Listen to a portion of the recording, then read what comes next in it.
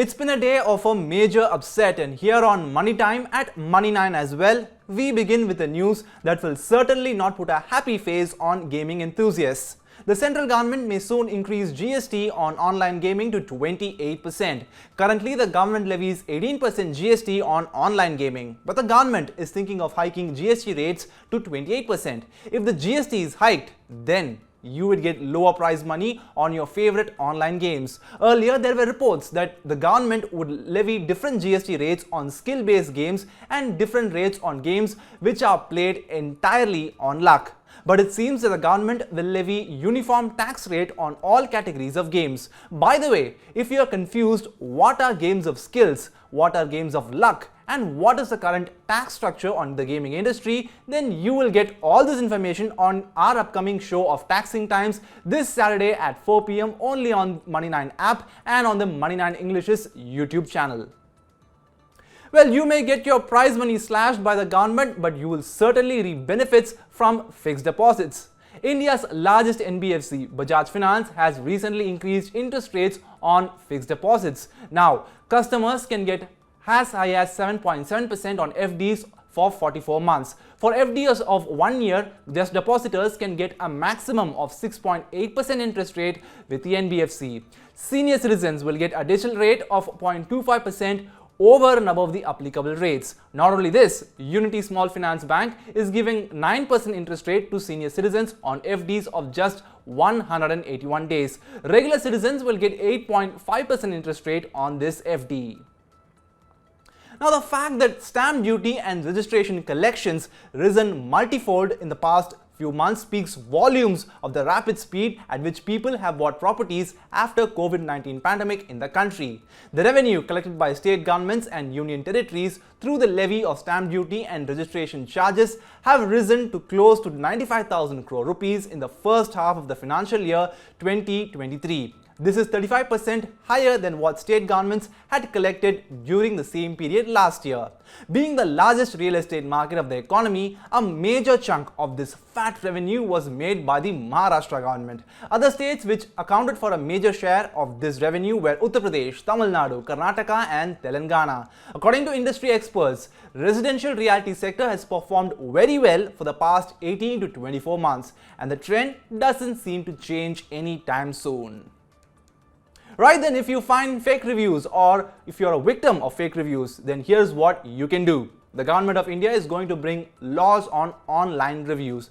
The e-commerce players will have to disclose which reviews are paid and which reviews are voluntary. In addition to that, it will be at the discretion of the person who has posted that review to disclose his identity or not. This means you can write a review on the website of an e-commerce player from where you have purchased any item, and adding to that, your name will be hidden. But the e-commerce platform will have to disclose publicly whether your review is paid or not. These rules are currently not binding on e-commerce players, but the government is thinking to make these rules mandatory very soon. And finally, some good news for air travelers as things go back to normal after 2 years. People flying into the country will not be required to fill the Air Suvidha form anymore. Neither will they be required to carry a negative RT-PCR report nor vaccination documents. The Union Ministry of Health and Family Welfare has done away with all the prerequisites of booking a flight for India.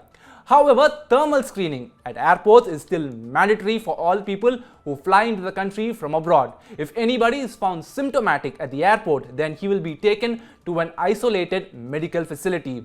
Adding to that, if any person who has just landed in India and falls ill, then he can dial the national helpline number of 1075 and get government assistance for further checkup. The GOI has taken these steps in the wake of the continuous fall in COVID-19 cases in the country. In the last 24 hours, India reported 294 COVID-19 cases. Alright, it's time to look at some new launches from the auto sector today. Maruti Suzuki launched its new Eco Van at ex-showroom price of 5.1 lakh rupees. Maruti claims that the petrol variant will run at a mileage of 20 kilometers per litre, while the CNG variant will give a mileage of 27.05 kilometers per kg. The multi-purpose van will be available in 13 different variants. Maruti has claimed that customers will get a host of new features and improved mileage in all of the variants of the all-new Eco Van. On one hand, a new car gets launched in the market, while on the other hand, buying cars itself becoming a costly affair. Soon, diesel-driven vehicles may become too costlier for a ride. According to a report by Business Daily Business Standard, the shortage of diesel is looming large across the globe. One of the former heads of an Italy-based oil refining firm has even said that he has never seen such a big diesel crisis in his 40 years of experience in the fuel industry. Industry insiders have said the diesel crisis has just begun and the matter will get worse from April next year. They have forecasted an acute shortage of diesel in the times to come.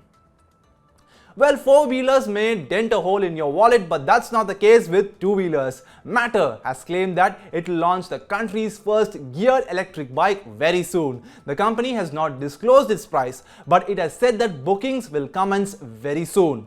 Well, deliveries will start from April next year. The major two-wheeler manufacturers in the country are mostly betting on electric scooters. Here's a fledgling startup which sees immense growth potential in sale of electric vehicles in the country. Matter has claimed that the electric bike will run up to 150 kilometers on a single charge. And the big news of the evening, Paytm gets some more drubbing, coming in this time with reports from Australia-based Macquarie Group, which has flagged off risks for the fintech company.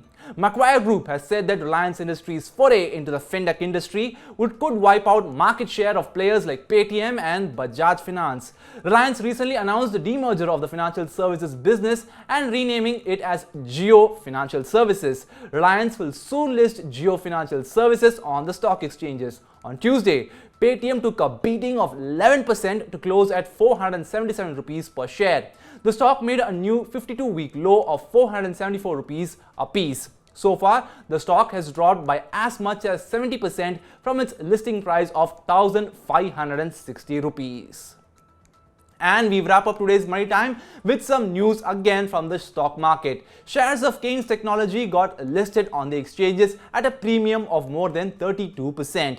Investors made bumper profits on investment in the electronics manufacturing player. Although, after making a startling debut, the counter dipped to close 11% lower at 690 rupees on the BSE. The stock is still more than 17% higher than its issue price. Talking about markets, equity benchmark indices bounced back on Tuesday after falling consecutively in the last 3 trading sessions. The 30-share BSE Sensex closed above 61,400 points, while Nifty 50 closed above 18,200 points. International oil benchmark Brent crude traded around $88 per barrel. That's all for today on Money Time at Money9. Keep watching the Money9 English's YouTube channel for more such news. Download the Money9 app from Google Play Store and App Store. This is me, Ajay, signing off. See you again tomorrow at the same time. Until then, take care and good night.